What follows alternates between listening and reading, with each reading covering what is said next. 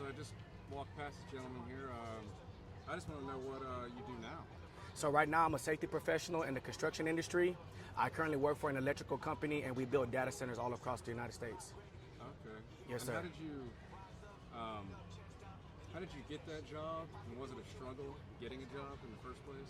Yes, it was. When I first got out, I had everybody tell me no, from restaurants to staffing agencies to retail stores. So how I got into this industry was I just continuously just kept every single door that was closed in my face. I just kept knocking at the next one. So I ended up doing scaffolding in the chemical plants, and I ended up networking with one of the safety professionals that worked there, and he told me about how he went to school in Baytown, Texas. So I went ahead and signed up at that same school. So I was going to work from 5 in the morning, from 5 in the afternoon, and then going to construction course class from 6 to 9 for 2 months. And then once I got my safety certificates, I went ahead and I went ahead and fixed my resume, and I started applying and took every single opportunity that came my way. How long? You said you went to jail or prison? Yes, I did. Is there a difference? Yes, there is. Jail is just, jail is jail, right? County jails, city jail, and prison is prison. And you have state prison, you have federal prison. I went to state prison. What do you think? I mean, if you can, I'm sure there's a whole history to it, but if you can summarize it shortly, how do you think you ended up in prison in the first place? One was upbringing, right? The things that I saw immediately around me, I thought those things were okay, and I took those into my teenage years and growing up. I thought it was okay to act that way. And even when I came to the point that I knew it was wrong to behave in such a way, I still wouldn't accept guidance. And so I had to learn the hard way. And so, how long did you spend in prison? 7 years. 7 years. Yes. So when did you get out? 3.5, 4 years ago? 2020, yes, on Valentine's Day, 2020. And was it only that one time where you went to prison for that sentence? Was it just that was like the one time you went? Yeah, that's the only time I've been to prison. I'm still on parole now. I get off in 2026. I signed for a 13-year sentence. I did 7 years on it, so I still got another year and a half on parole till 2026, and that'll discharge my 13-year sentence. How was it when you first tried the transition into a new life? Yes. How has it been?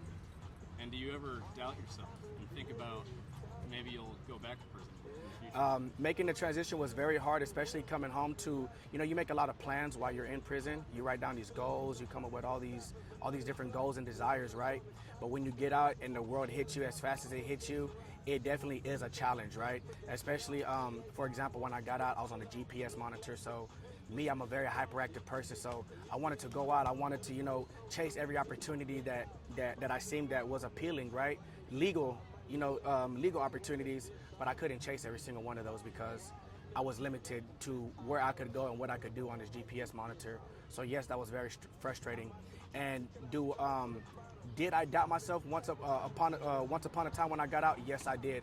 There were times whenever I was tempted to go back to the same lifestyle, but I had to remember what was the reason, what was my purpose for being out. You know what I mean? Not everybody gets a chance to make it out, so I knew I had a purpose of why I was out.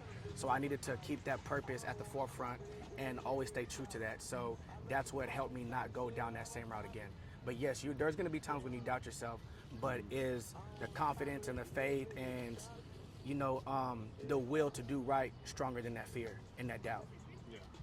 What about do you have any kind of support network, or is it all independent really? Yes, when I got out, I had a strong family support system. My mother, my brothers, my sisters, my grandmothers, the whole time I was down, I had letters. They came to visit me. They stayed by my side. And even when I got out, I was staying at my mom's house. You know what I mean? So I had a very strong support system. And at the end of the day, there's plenty of people who get out with strong support systems and they still go back to that same lifestyle, right? So at the end of the day, it's what do you truly want to do? It doesn't matter what you say you want to do or who wants you to do right. It's all about do you want to do right? And what actions are you going to take in order to make sure that you do right? Mm-hmm. That's cool. That's just cool to get your perspective. Yes. It's not. I'm not comparing it, but when I got out of the military, that's the first thing I did out of high school. Yes. And it's kind of all I knew for those 5 years. And when I got out in the civilian world, I thought I made the biggest mistake of my life. Yes. I tried to get back in, they wouldn't let me. Yeah. So, again, not comparing myself, but in my own way was. Of course. And it's been 4 years now, and it's still a struggle adapting to this. Of when course. There's no hardcore hierarchy and structure. Exactly. So, which from my YouTube knowledge, I'm sure there's a hierarchy in the prison system. Yes, there is. Right? Yes, there is. But so here, I was just kind of thrown out to figure it out. Exactly. This is the real world. Exactly. So it's been a very weird time in my life as well. So. Well, and it's great, man, to hear that, you know, somebody like you and your experience, you know, you can relate into making that transition into coming back into society, right? Like you said, from coming from that lifestyle of that hardcore, you know, hierarchy, that discipline, that structure. Like there's no gray, right? It's either this or it's either that, right? And then you come out here into the world, and it's just so different, right? For some good, absolutely. for some good, for some bad, right?